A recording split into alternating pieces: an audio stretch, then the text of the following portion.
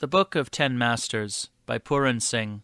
Chapter 7. The Seventh Master, Har Rai Nanak. After the passing of Har Gobind, a calm ensued, for the Sikhs were by nature peace-loving and fond of celestial contemplation, and the Guru's residence was now permanently shifted from Amritsar to Kiratpur, an out-of-the-way, inaccessible place. Besides, Emperor Shah Jahan had seen, during the lifetime of Har Gobind, that it served no good purpose to make the Sikhs his enemies. On the illness of Dara Shikoh, his youngest and most beloved son, the emperor sent a conciliatory letter to Har Rai and asked for his blessings. But not many years had passed when Shah Jahan fell a prisoner into the hands of his son, Aurangzeb, who also killed his brothers and usurped the throne of Delhi. Dara Shikoh fled in fear of him and sought refuge with the master, being already imbued with the mystic lore of saints like Sarmad.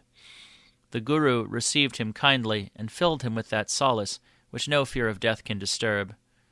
Dara Shikoh was eventually caught and beheaded at Delhi, and Sarmad shared his fate. Aurangzeb then turned his attention to Har Rai, but instead of adopting violent measures for his capture, the emperor sent him a polite invitation to visit Delhi. Har Rai refused to go to Delhi, but sent his eldest son, Ram Rai, to represent him there. Ram Rai effected a compromise with the emperor, and yielded on many points to the advice of Aurangzeb, with the result that the latter tendered his political patronage, which was accepted by Ram Rai. The news of the moral weakness of Ram Rai reached the Guru, who ordered that his son should never come back to see him. "Let him go whither he pleases," said the master.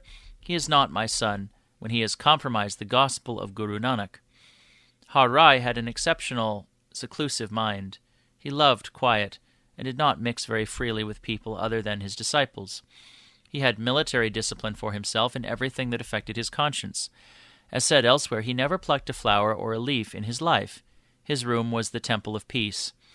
One day, during a ride, he halted at the door of the cottage of a poor farmer. It was not the hour of the morning at which he usually breakfasted. Yet he called out at that door, "Good woman, bring me the bread you have prepared for me." The woman, half wild with joy, brought out some coarse bread, which he ate while still in his saddle. The disciples were astonished at this departure from his iron discipline in such matters, and the next day as they rode they brought the meal at the same hour. He laughed and said, "My friends, it was no hunger that caused me to beg the bread, but the song of love and dhyanam of which it was made, and which obliged me to go there to accept it. It is seldom I get such bread. I pined for my disciple more than they pined for me. I am pulled by the strings of love that my disciples sometimes snatch from the hand of God. God is love." Har Rai sat love-fettered in one posture from evening till almost daybreak, breaking the usual engagements of the evening. When he found his attendant Sikhs eager to know the cause of this having sat in one posture as if there were fetters on his feet, he said to them, "Brother Sikhs, Brother Gonda of Kabul in a trance fell at the feet of the Master, and love fettered them by his childlike clasp. How could the Guru rise till the disciple rose out of his trance of jnani love?"